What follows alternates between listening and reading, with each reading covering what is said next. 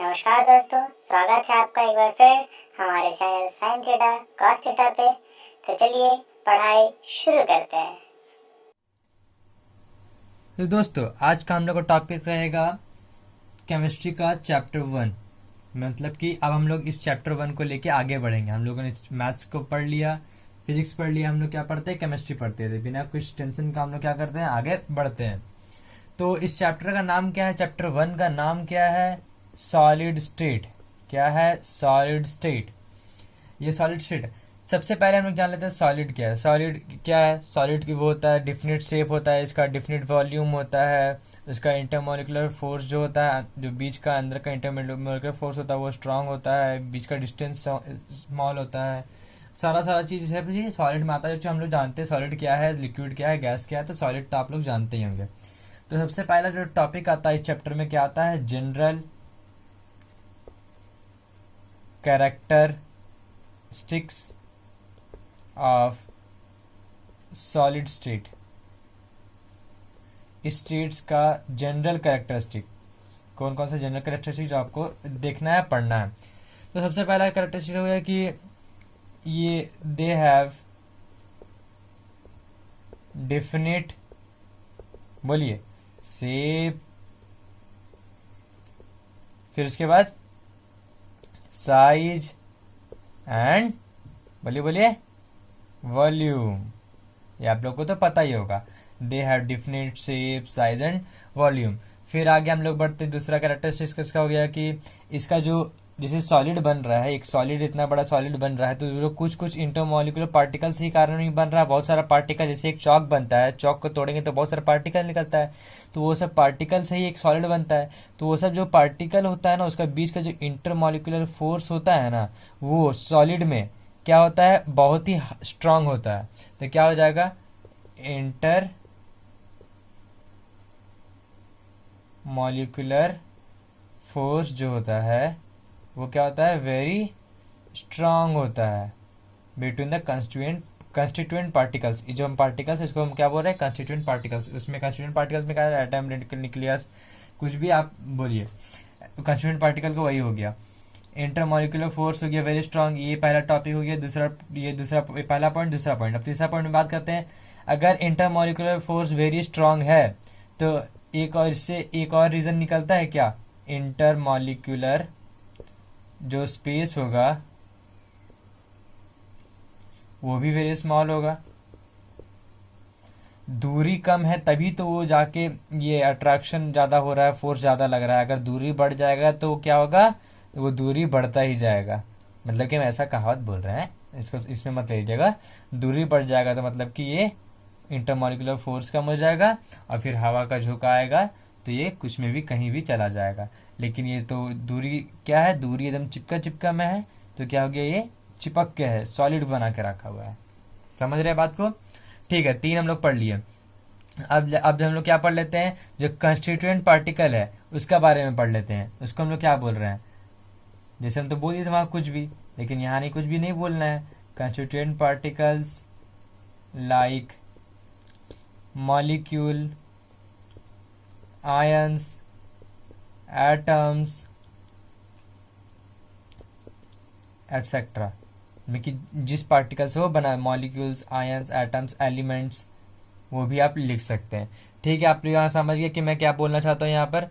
और जो constituent particles रहेगा उसका एक फिक्स पोजीशन रहेगा। क्या रहेगा, कंस्टिट्यूएंट पार्टिकल रहेगा जो, उसका रहेगा फिक्स्ड पोजीशन, उसका एक फिक्स पोजीशन रहेगा। ठीक है, फिर दे आर इनकम्प्रेसिबल। अब हम बताते हैं क्यों इनकम्प्रेसिबल क्यों है। क्योंकि देखिए, अगर वो चिपका हुआ रहेगा, उसका पार्टिकल अगर फिक्स पोजीशन पे है, तभी तो जाके वो क्या है, इनकम्प्रेसिबल। उसमें कितना भी फोर्स लगाएं लेकिन वो प्रेस नहीं हो रहा है। क्या हो रहा है, उसका शेप चेंज नहीं हो रहा है। वही मैं कि हद से ज्यादा लगाने पे होता है, लेकिन जो होता है एक लिमिट होता है उसका, वो चीज का बात बता रहे हैं। जैसे कि एक डिफिनिट उसका शेप है, डिफिनिट वॉल्यूम है, तो उसका उतना ही शेप रहता है, उससे ज्यादा वो इनकम्प्रेस नहीं होता है। जैसे कि अगर इसका शेप इतना कंसिडर है तो उससे जाके वो टूट जाएगा, लेकिन वो क्या होगा, इनकम्प्रेस, मतलब वो कंप्रेस नहीं होगा, वो इनकम्प्रेसेबल रहता है। समझ रहे बात को? तो हर चीज एक दूसरे से जुड़ा हुआ है। कैसे अभी हम डिस्कस करेंगे कैसे एक सबसे जुड़ा हुआ है। ये जी इनकम्प्रेसिबल है, इनकम्प्रेसिबल है मतलब कि they are rigid in nature, rigid in nature मतलब कि हार्ड होता है। क्या होता है? हार्ड होता है। देखिए पहली बात हम लोग सब जानते हैं कि डिफिनिट शेप साइज वॉल्यूम सब होता है, पहला पॉइंट ही हो गया। अब डिफिनिट साइज शेप वॉल्यूम है तो वो हम लोग फिर दूसरा पॉइंट क्या है? इंटरमोलिकुलर फोर्स वेरी स्ट्रांग, यहाँ से सबका लिंक रहेगा। देखिए इंटरमोलिकुलर फोर्स क्या है? बहुत स्ट्रांग है। अब स्ट्रांग क्यों है? क्योंकि बिटवीन जो फोर्स है वो कम है। क्या है? फोर्स कम है। अब किसका बिटवीन का बात कर रहे हैं हम लोग? किसका बिटवीन का फोर्स का बात कर रहे हैं? कंस्टिट्यूएंट पार्टिकल्स का। तो कंस्टिट्यूएंट पार्टिकल्स हो गया, ठीक है। अब कंस्टिट्यूएंट पार्टिकल्स क्या है? फिक्स पोजीशन पे है, तभी तो वो जाके एक दूसरे को फिक्स की चिपका हुआ है, फिक्स पोजीशन पे है। चारों देखिए एक दूसरे पे लिंक हो गया। अब फिक्स पोजीशन पे है तभी वो इनकम्प्रेस नहीं हो रहा है। क्या हो रहा है? तभी वो इनकम्प्रेस नहीं हो रहा है, ठीक है। और जब इनकम्प्रेस नहीं होता हम लोग क्या पता चल रहा है कि वो हार्ड इन नेचर है। वो क्या है? Hard in nature. देखिए सब एक दूसरे से लिंक है। समझ गए यहाँ तक? पहला टॉपिक आप लोगों का क्लियर हो गया, जनरल कैरेक्टरिस्टिक क्लियर, ये सॉलिड सेट। अब हम लोग क्या करेंगे ना कि देखिए जो सॉलिड है उसका दो टाइप है। एक हो गया क्रिस्टलाइन सॉलिड, क्रिस्टलाइन सॉलिड, और एक हो गया एमॉर्फस सॉलिड। इसको हम लोग अभी जैसे लिख दे रहे हैं, इसको हम जब रफ करेंगे तो अच्छे से लिख देंगे। एक हो गया क्रिस्टलाइन सॉलिड, एक हो गया एमॉर्फस सॉलिड। तो हम लोग दोनों के बारे में एक एक करके इसको डिफ्रेंशिएट करके पढ़ेंगे। ऐसे क्रिस्टलाइन सॉलिड यहाँ लिखेंगे, इधर एमॉर्फस सॉलिड लिखेंगे, तो इसका बारे में भी इधर पढ़ेंगे और एमॉर्फस सॉलिड के बारे में भी इधर पढ़ेंगे, और दोनों का बीच का ये डिफ्रेंशिएशन भी हम लोग का एक ही साथ बन जाएगा, ठीक है। तो दोस्तों जैसे कि मैंने बताया था कि सॉलिड का कितना दो पार्ट में डिवाइड है, एक क्रिस्टलाइन सॉलिड, एक हो गया एमॉर्फस सॉलिड में, ठीक है। अब दोनों पार्ट जो हो गया, जैसे इसको समझने और इसको समझना हम लोग के क्या क्या इसका मतलब है, क्यों क्रिस्टलाइन सॉलिड का मतलब क्या है, एमॉर्फस सॉलिड का मतलब है, दोनों में डिफरेंस क्या है, इसको हम लोग अभी समझेंगे। पहले हम लोग जान लेते हैं कि एमॉर्फस सॉलिड को ग्रीक वर्ड में क्या बोलते हैं। ग्रीक वर्ड को एमॉर्फस सॉलिड में क्या बोलते हैं हम लोग? नो फॉर्म बोलते हैं। नो फॉर्म मतलब कि ये इरेगुलर शेप का हो गया। ऐसे आप अनुमान लगा सकते हैं, जैसे अगर इसमें नो फॉर्म बोल दिया तो ये इरेगुलर शेप का हो गया, अगर ये इरेगुलर शेप का हो गया तो ये इरेगुलर हो गया। क्यों? दोनों दो तो अलग अलग में डिवाइड, अगर ये भी इरेगुलर होता तो इसका भी नाम एमॉर्फस नहीं पड़ जाता। इसलिए अगर ये इरेगुलर है तो ये रेगुलर है। तो पहला पॉइंट शेप में हम लोग को क्या मिल रही, हम प्रॉपर्टी डिस्कस कर रहे हैं। प्रॉपर्टी पहला पॉइंट हम लोग को शेप में क्या मिल गया? They have a regular geometry and they have a irregular geometry।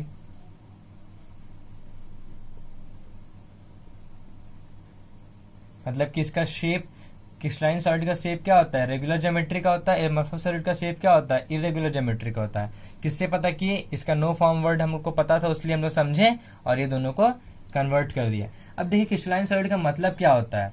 Crystalline solid का मतलब हुआ कि बहुत सारा नंबर ऑफ क्रिस्टल पार्टिकल्स, जो हो गया बहुत सारा नंबर ऑफ क्रिस्टल पार्टिकल्स का, जिसका अपना ज्योमेट्रिकल शेप होता है, जिसका इरेगुलर ज्योमेट्री होता है, उसको एक ग्रुप होता है। क्या हो गया? ग्रुप हो गया। बहुत सारा पार्टिकल मिलके एक क्रिस्टलाइन सॉलिड बन गया, बहुत सारा क्रिस्टल मिलके एक क्रिस्टलाइन सॉलिड बन गया, ठीक है। तो they have a regular geometry. Regular geometry क्यों बोल रहे हैं? क्योंकि इसका एक ज्योमेट्रिकल शेप होता है, ठीक है। एक क्रिस्टलाइन सॉलिड का एक ज्योमेट्रिकल शेप होता है, तो बहुत सारा क्रिस्टलाइन सॉलिड मिलकर एक ज्योमेट्रिकल शेप ही ना बनाएगा। तो और इसका क्या है? नो फॉर्म है, इसीलिए क्या हो गया? इरेगुलर ज्योमेट्री हो गया। यहां तक आपका क्लियर हो गया। जो हम ये चीज अलग अलग लिखवा रहे हैं, इससे आप इसका डेफिनेशन लिख लीजिएगा, इससे आप इसका डेफिनेशन लिख सकते हैं। अब हम लोग बात कर लिए शेप का। अगर शेप ये रेगुलर ज्योमेट्री है और ये इरेगुलर ज्योमेट्री, यहां तक क्लियर है। अब हम लोग क्या बात कर रहे थे कि इसका मेल्टिंग पॉइंट, क्या बात कर देते हैं? इसका मेल्टिंग पॉइंट, ठीक है। तो it melts at a sharp and characteristic temperature. और इसका क्या हो गया? ग्रेजुअली soften over a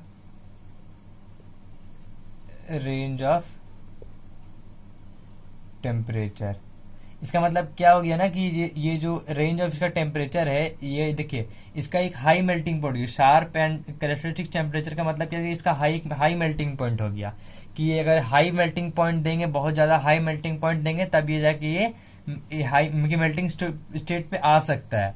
लेकिन जो ये जो है एमॉर्फस सॉलिड, इसका एक रेंज होता है। क्या होता है? एक रेंज होता है। अगर उससे हल्का से भी ऊपर गए तो क्या होगा? ये सॉफ्ट होने लगेगा। क्या हो जाएगा? ये सॉलिड सॉफ्ट होने लगेगा। तो gradually soften over at over a range of temperature, मतलब कि एक रेंज ऑफ टेम्परेचर में ये ग्रेजुअली सॉफ्ट होने लगेगा। कब? जब ये हल्का सी उस रेंज से टेम्परेचर से अगर आगे चल गया तो। ये 2 पॉइंट क्लियर हो गया। यहां तक 2 पॉइंट क्लियर हो गया। एक पहला पॉइंट ये रेगुलर वाला, एक हो गया मेल्टिंग पॉइंट वाला। अब दूसरा बात कर लेते, क्या बात कर लेते हैं हम लोग? Cleavage property. इसको ज्यादा ध्यान से देखिएगा, क्लीवेज प्रॉपर्टी। ठीक है, जैसे कि हम लोग एक क्रिस्टलाइन सॉलिड को किसी से कट कर रहे हैं। क्या कर रहे हैं? किसी से कट कर रहे हैं। ठीक है, तो जो 2 न्यू पीस आएगा ना, जो दो न्यू पीस आएगा, तो वो जो प्लेन, जो ये दोनों जो प्लेन कटा, तो ये जो दोनों प्लेन होगा स्मूथ होगा और एक शेप में आएगा। क्या होगा? एक स्मूथ होगा और एक शेप हो, मतलब स्मूथ होगा और स्मूथ सरफेस होगा और एक शेप होगा, उसका एक पर्टिकुलर शेप होगा। ऐसा नहीं कि यहाँ ऊबड़ खाबड़ निकला हुआ रहेगा जिस प्लेन से कट किए हम लोग।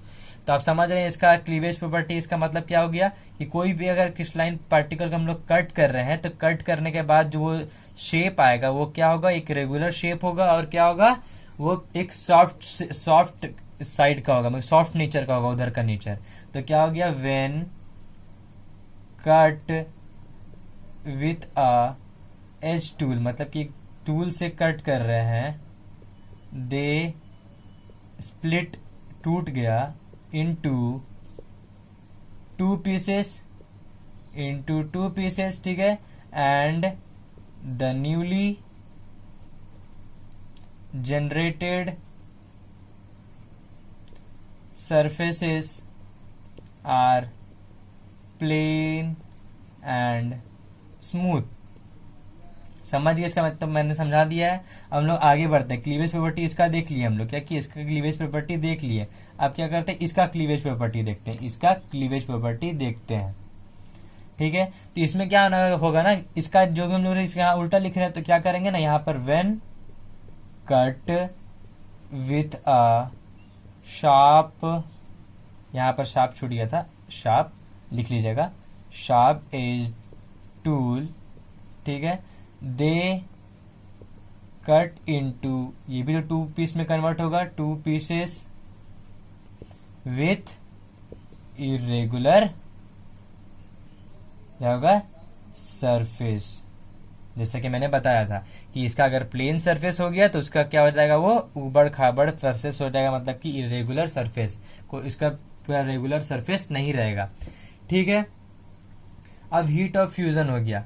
जैसे कि हीट ऑफ फ्यूजन मतलब कि हीट पे देने पे टूटने का, मतलब कि अगर कितना हीट पे वो टूटेगा। ये तो मेल्टिंग पॉइंट था, ये हीट ऑफ फ्यूजन मतलब कि टूटना हो गया।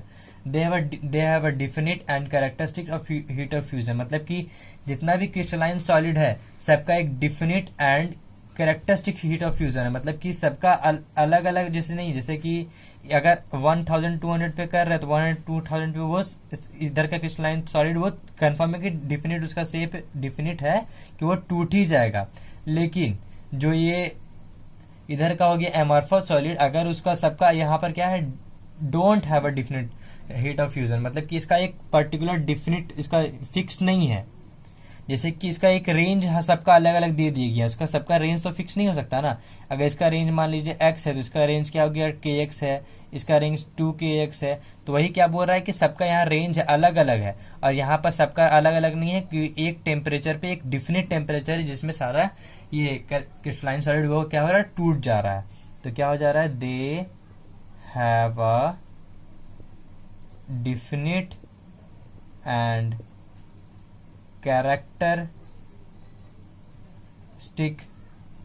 Characteristic heat of fusion. ठीक है, अब क्या हो जाएगा? दे डू नॉट हैव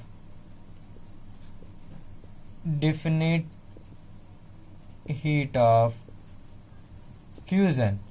यहां तक क्लियर हो गया, 4 पॉइंट क्लियर हो गया। अब हम लोग क्या बात कर लेते हैं इसका एनआइसोट्रोपिक।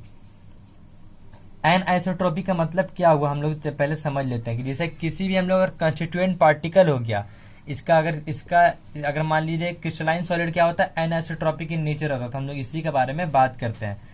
इससे हम लोग क्या बात कर रहे थे, एनआइसोट्रोपिक नेचर के बारे में। जैसे एनआइसोट्रोपिक नेचर का मतलब क्या हो गया कि अगर क्रिस्टलाइन सॉलिड का जितना भी फिजिकल प्रॉपर्टी हुआ, मतलब कि क्या हो गया, रिफ्रैक्टिव इंडेक्स हो गया, फिर और भी जो भी इसका फिजिकल प्रॉपर्टी हो गया, अगर इसका कंस्टिट्यूएंट पार्टिकल इतना सारा ये इसका कंस्टिट्यूएंट पार्टिकल है, ठीक है, आप लोग ये देख रहे हैं कंस्टिट्यूएंट पार्टिकल है। अगर हम इसको इस डायरेक्शन से नाप रहे हैं तो रिफ्रैक्टिव इंडेक्स जो होगा दूसरा चीज दिखाएगा, और इधर से जो नापेंगे तो वो दूसरा दिखाएगा। मतलब कि अगर डायरेक्शन चेंज करेंगे तो उसका वैल्यू भी क्या हो रहा है, चेंज हो रहा है। समझिए बात को। क्रिस्टलाइन सॉलिड का जो भी कंस्टिट्यूएंट पार्टिकल का जो नेचर है, जैसे 1 2 3 4 जितना भी एक पार्टिकल है, ये हम ये जैसे इसका क्या होता है, रेगुलर होता है ना, तो रेगुलर है, ठीक है।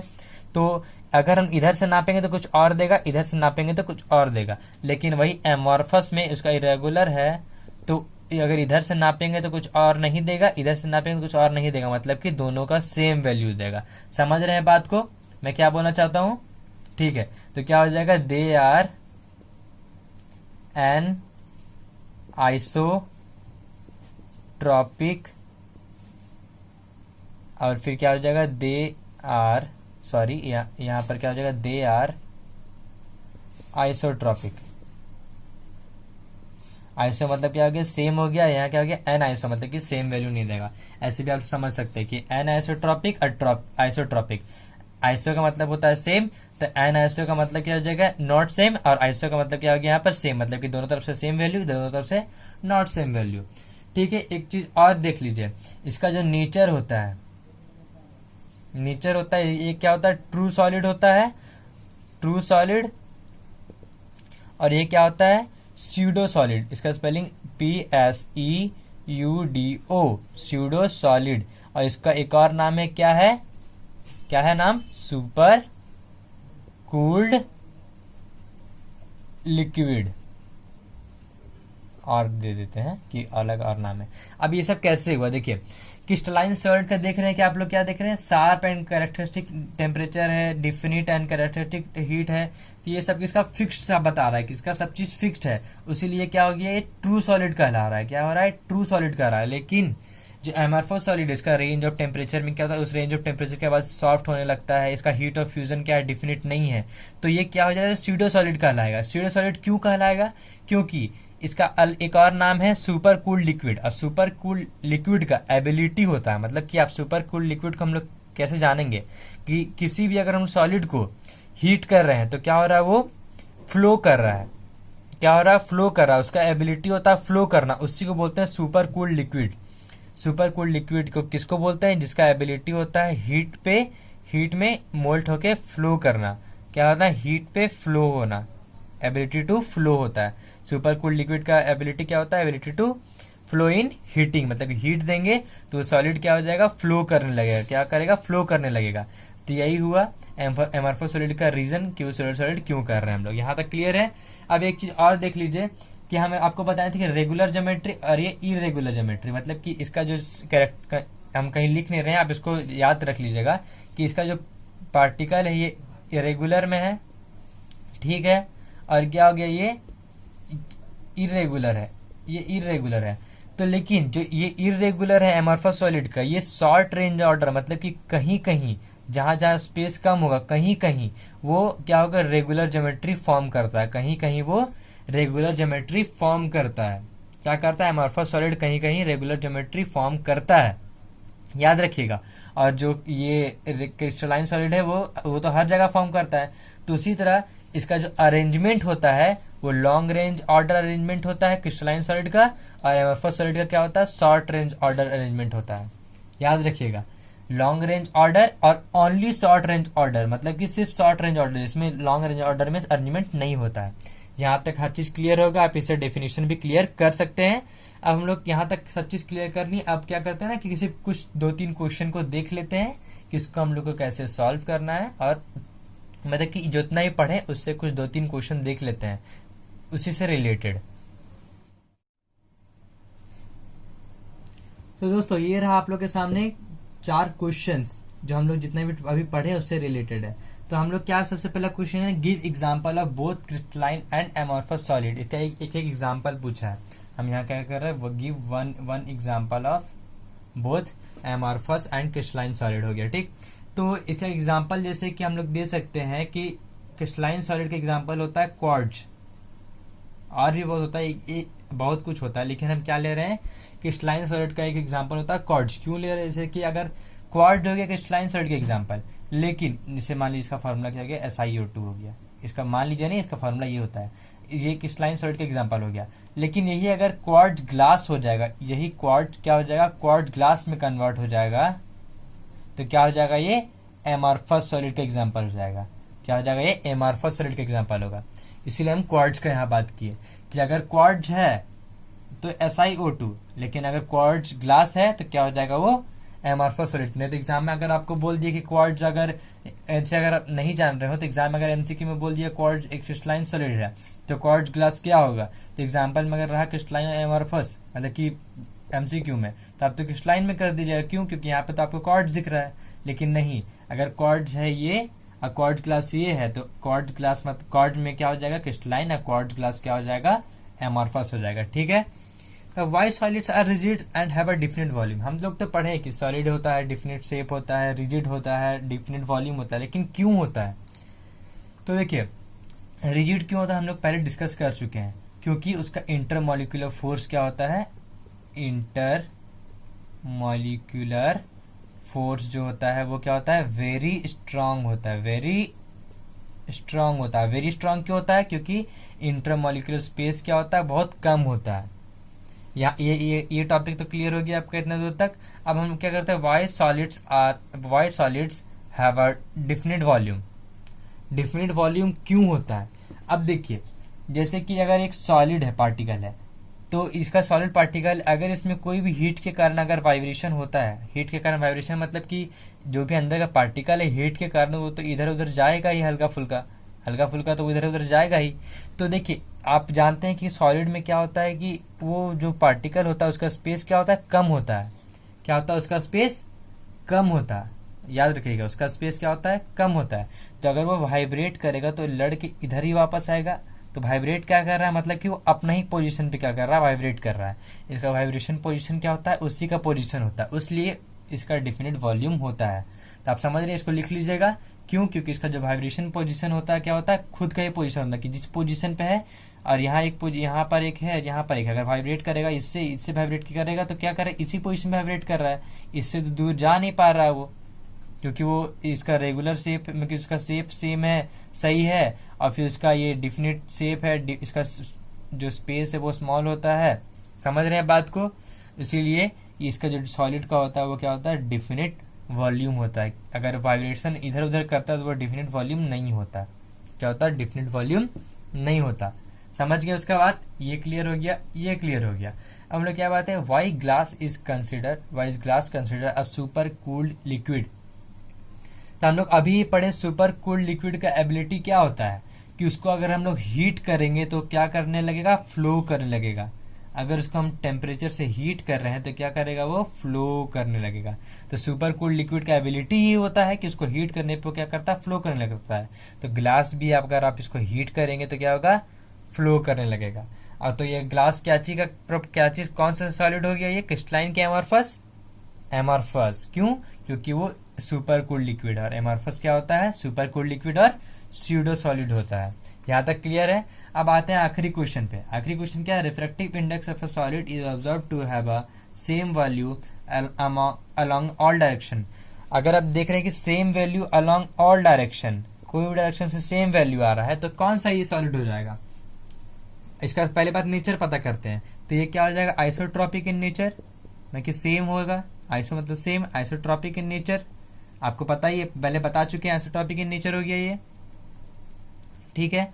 अब अगर आइसोट्रॉपिक नेचर है तो कौन सा सॉलिड हो गया, एमॉर्फस सॉलिड हो गया। क्या हो गया, एमॉर्फस सॉलिड हो गया। यहां तक क्लियर है आपका, जो इतना दूर तक क्लियर था, एक क्वेश्चन था, ये पूछा था, नेचर पूछा था। Refractive index of a solid is observe to have a same value along all direction, comment the nature of a solid. यहाँ तक क्लियर हो गया कि नेचर हम लोग को पता चल गया। अब क्या पूछ रहा है, would it show cleavage property. तो क्लीवेज प्रॉपर्टी कौन शो करता है, कौन शो करता है, क्रिस्टलाइन सॉलिड करता है। एमॉर्फस तो करता नहीं है, क्योंकि वो अगर कट करते हैं तो इरेगुलर शेप देता है, इरेगुलर शेप देता है। तो यहाँ तो एमॉर्फस सॉलिड आ रहा है, तो यहाँ लिख देंगे no, it doesn't show the cleavage property. ये सब चीज क्लियर हो गया, जितना पढ़े था हम उसको अच्छा से रिवीजन कर लिए। अब हम लोग कल मिलते हैं अगला टॉपिक के साथ, मतलब कि इसी चैप्टर के साथ जुड़ा रहेंगे लेकिन अगले टॉपिक में। ठीक है, तब तक के लिए bye and thank you, nice day.